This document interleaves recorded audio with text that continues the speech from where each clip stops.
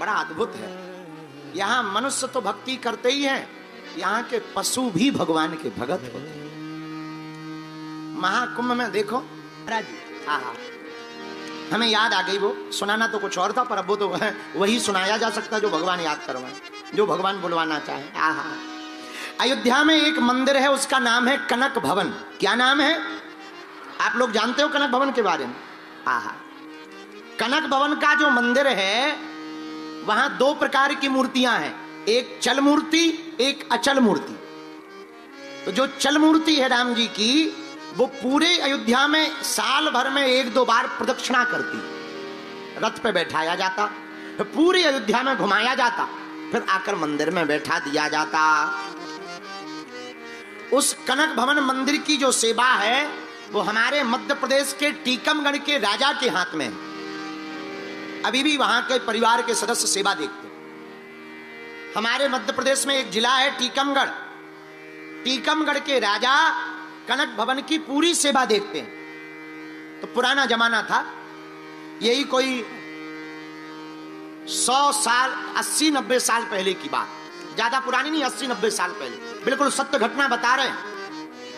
ये पुस्तक में हमने बिल्कुल आहा क्या कहना, कनक भवन की महिमा नाम की एक पुस्तक है, उसमें इस कथा के बारे में हमने पढ़ा।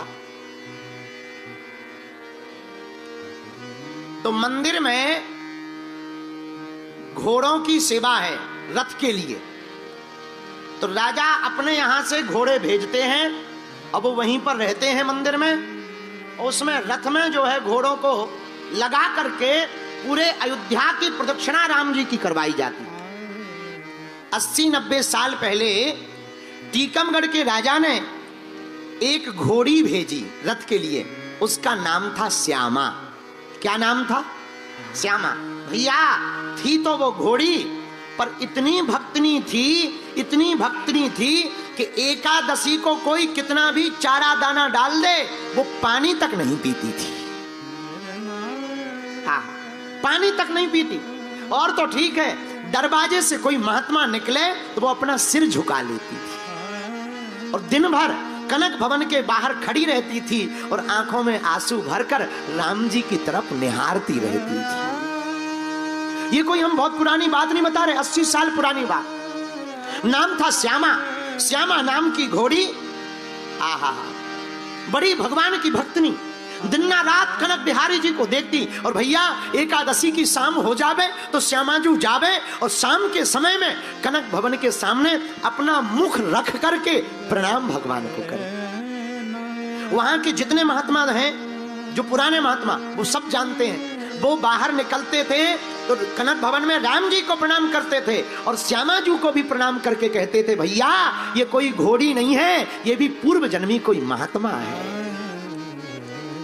संत दुलार देते, गले से लगा लेते, घोड़ी के सिर पर हाथ फेरते। कोई कोई महात्मा तो अपने गले की माला घोड़ी के गले में डाल देते और घोड़ी गदगद हो जाती। और कभी कभी जो सेवा करने वाले थे घोड़ी के, सबने रोका, मैनेजर नहीं माना। मैनेजर ने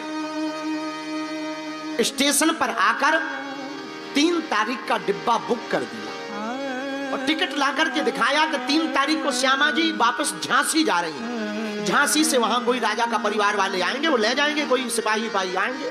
इधर श्यामा के कानों में ये भनक पड़ी, आंखों से बहती थी केवल अश्रुधार। आंखों से केवल आंसुओं की धारा बह रही, आंखों से बहती थी केवल अश्रुधारा।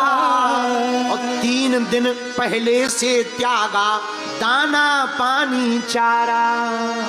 3 दिन पहले से ही दाना को त्याग दिया, पानी को त्याग दिया और रोज कनक भवन के सामने जाके खड़ी हो जावे और अपने मुख को सीढ़ियों पे रख के कहवे, प्रभु सब कुछ छुड़ाना पर अयोध्या का निवास मत छुड़ाना। प्रभु हम बूढ़े हो गए, हम मानते हैं आपकी सेवा नहीं कर पाएंगे, पर प्रभु आपने अगर हमारा अयोध्या छुड़वा दिया तो हम मर जाएंगे। हम चाहते हैं हमारे प्राण भी, श्यामाजू भगवान से विनती करती, रघुनाथ जी हमारे प्राण भी अयोध्या में ही छूटे। रोने लगी बेचारी। श्यामा कहे रघुनाथ सुनो, करी सेवा बसी तुम्हारी राजधानी। वृद्ध भई जब से मैं तो, अवध छुड़ावे की हट सबने ठानी। बात सुनी जब ते मैंने, नहीं सूखत है अखियन को पानी। और देह मेरी अवध में छूटे, राम जी देह मेरी अवध में छूटे, करुणा करना सारंग पार। हे प्रभु, हमारी देह अयोध्या में छूट जाए, बेचारी कमजोर हो गई, चल नहीं पाती, जमीन में गिर गई, आंखों से आंसू लगातार बह रहा। घोड़ी तो है बेचारी, किसी से बोल नहीं पा रही, रो रही है। संत निकले तो चरणों की तरफ देखवे कि शायद कोई संत अड़ जाए, हमारा वापस जाना मना हो जाए। कभी मंदिर की तरफ देखे, कभी अयोध्या की तरफ देखे, कभी मैनेजर की तरफ देखे, शायद दया लगे और हमको अयोध्या ना छुड़वा दे। आंखों में आंसू भरी बैठी। नाथ धाम से जुड़ा जो नाता, वह ये कभी न टूटे, और एक लालसा यही दया में देह अवध में छूटे। हमारी देह अयोध्या में छूट जाए, लेकिन कौन मानने वाला। 3 दिन बाद जिस दिन की टिकट थी, रेलवे के जो मैनेजर थे, स्टेशन मास्टर, उन्होंने खबर भेजी कि डिब्बा दोपहर में 12 बजे लग जाएगा, और सुनो 1 बजे श्यामा घोड़ी को यहाँ डिब्बे में बांध देना, थोड़ा सा चारा रख देना, शाम को ट्रेन आएगी और यह डिब्बा झांसी चला जाएगा। श्यामा जी को उठाने लगे, पर वो उठ नहीं रही, बैठी है। खूब लाठी से पीटा गया, चाबुक मारा गया, उसने प्रण ठान लिया, प्राण चले जाए पर हम जाएंगे नहीं। जबरदस्ती गले में फंदा बांधा, एक रिक्शा मंगवाया बड़ा वाला, और रिक्शा में घोड़ी को जबरदस्ती उठा के टांगा। लोग कहने लगे मत ले जाओ, बेचारी कमजोर हो गई, देखो मरने वाली है, मत ले जाओ। पर मैनेजर ने कहा भले ही कुछ भी हो, नियम तो नियम है, हम समझते हैं कि इसको जाना नहीं है, इसका मन बहुत यहाँ लगा, पर क्या बताएं, राजा का नियम तो नियम है, अब जाने से तो रोक नहीं सकता कोई, हमारी नौकरी चली जाएगी। तो तुरंत सबने जुड़ मिलकर के रिक्शा पर बैठा दिया।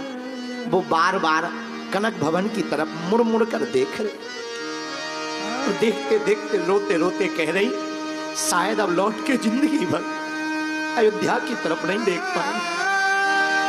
प्रभु अब तो शायद कभी तुम्हारे दर्शन नहीं हो पाएंगे, अब तो तुम्हें कभी देख नहीं पाएंगे, अब तो कभी अपने नैनों से तुम्हारी हम लालसा दर्शन की लगी रहेगी, तुम्हें देख नहीं पाएंगे। मन से भई उदास, तन से भई कमजोर, असुवन भर भर देखती कनक भवन की, आंसू भर भर के कनक भवन की तरफ देखती। देखो तो पशु भी जिन राम जी से इतना प्रेम करते हो, मनुष्यों की क्या कहना।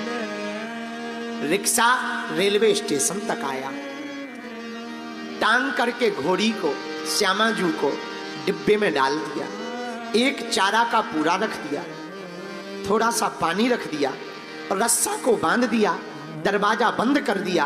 मैनेजर ने कहा बस 3 घंटे में ट्रेन आने वाली है, तुम खबर कर दो वहां पर। बोले पत्र हमने लिख दिया है। ठीक है, स्टेशन मास्टर भी चला गया, मैनेजर भी वापस आ गया। सब लोग कहने लगे श्यामा बचेगी नहीं। एक सफाई करने वाला भी वहीं था, वो भी बार बार देखता, उसका एक जमादार था सफाई करने वाला, उसका नाम था गुरुदीन। उसने खूब रोका कि हम बहुत जानते हैं श्यामाजू जाएगी नहीं, मर जाएगी, मत भेजो। पर मैनेजर ने डांट दिया, तुम उसके मैनेजर हो, तुम उसके नौकर हो या हमारे, चलो पक्ष मत लो। बेचारा चला गया। शाम हुई, ट्रेन आई, मुर्दे के समान शांत पड़ी श्यामा, श्वास भर चल रही पर आंसू बराबर बह रहे। अब तो दरवाजा बंद हो गया तो दिखाई भी नहीं पड़ रहा, तो ऊपर की तरफ देख रहे, आसमान की तरफ राम जी को पुकार रहे। मुर्दे के समान शांत पड़ी पर उससे देह न छोड़ा गया, मर नहीं पा रही। मुर्दे के समान शांत पड़ी पर श्यामा से देह न छोड़ा गया। तन से मजबूर राजेश रहा, मन को नहीं भाव से जोड़ा गया। पशु श्यामा की प्रीत इतनी प्रबल थी कि प्रभु के तार से वह तार न तोड़ा गया। करुणा निधि ने ऐसी करुणा करी कि डिब्बा ही रेल से नहीं जोड़ा गया।